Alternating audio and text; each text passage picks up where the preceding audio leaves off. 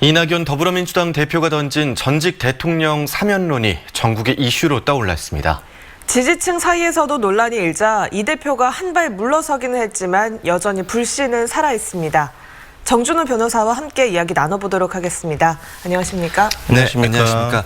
지난주 신년 인사회에서 문재인 대통령이 회복과 통합을 국정 운영의 화두로 내걸었습니다. 오늘은 또 신년사가 있을 예정인데요. 간접적으로라도 사면 이야기가 나올까요? 네. 오늘 문재인 대통령의 신년사가 굉장히 주목받는 상황인데요. 결과적으로 제 예상으로는 사면이란 단어는 오늘 안 나올 것 같습니다. 대신 1월 중순경 별도의 신년 기자회견이 잡혀 있는데 그때 기자들의 질의와 답변 과정에서 자연스럽게 사면이라는 얘기가 나올 것 같은데요. 그러면 1월 중순 신년 기자회견의 질의 답변은 어떤 식으로 이루어질 것이냐 예상을 해보면 아마 기자들이 문재인 대통령에게 대통령 공약으로 부패나 뇌물범죄 같은 경우에 사면하지 않겠다라고 얘기를 했는데 두 전직 대통령은 이에 해당하느냐, 사면을 강행할 것이냐 이렇게 한번 물어볼 것 같은데요. 대통령 공약과 배치되는 입장이 좀 논란이 되는 만큼 오늘 신년사에서는 직접적인 언급을 피할 것 같습니다. 오는 14일에는 대법에서 박근혜 전 대통령의 형이 확정이 되죠. 이 형이 확정이 돼야 사면 여부 이야기가 나올 텐데 이 대법원 선고를 계기로 사면 논의가 활발해지지는 않을까요? 예, 일단은 형 확정으로 사면에 있어서 이제 법적인 장애물은 없어지게 되는 건데 지금 그 여론 형성이 좀 재밌는 부분이 있는 게요.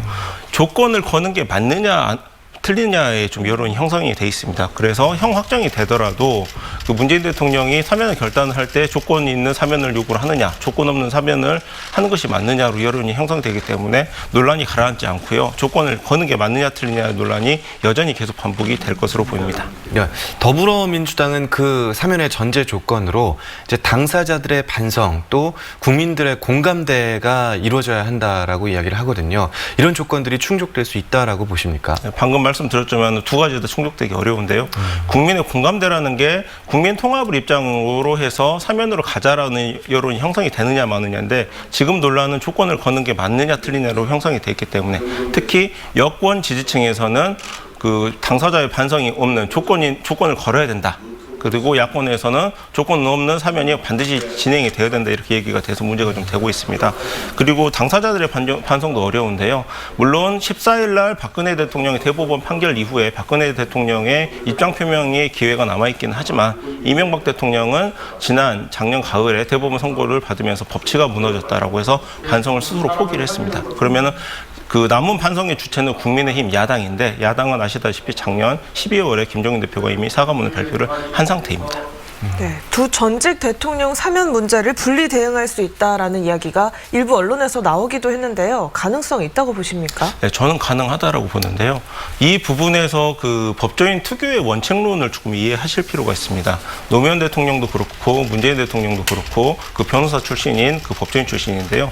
문재인 대통령이 대선 공약으로 이런 얘기를 하셨다고 제가 말씀을 드렸는데 부패와 뇌물수수에 관해서는 사면하지 않겠다라고 했는데 박근혜 전 대통령은 이 부분에서는 조금 자유롭지만 이명박 대통령 같은 경우에서는 다스가 누구 것이냐라고 하는 개인적인 비리 측면이 컸기 때문에 그 문재인 대통령이 본인의 원칙을 고수를 해야 된다는 입장으로 접근을 한다라고 하면은 분리해서 사면하는 방향이 충분히 가능하다라고 판단합니다.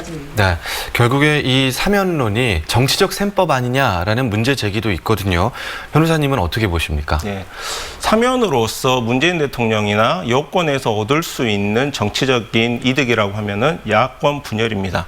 지금 사실 서울시장 선거가 굉장히 지금 중요해졌는데요. 안철수 대표가 지금 노리는 것은 바로 이 부분입니다.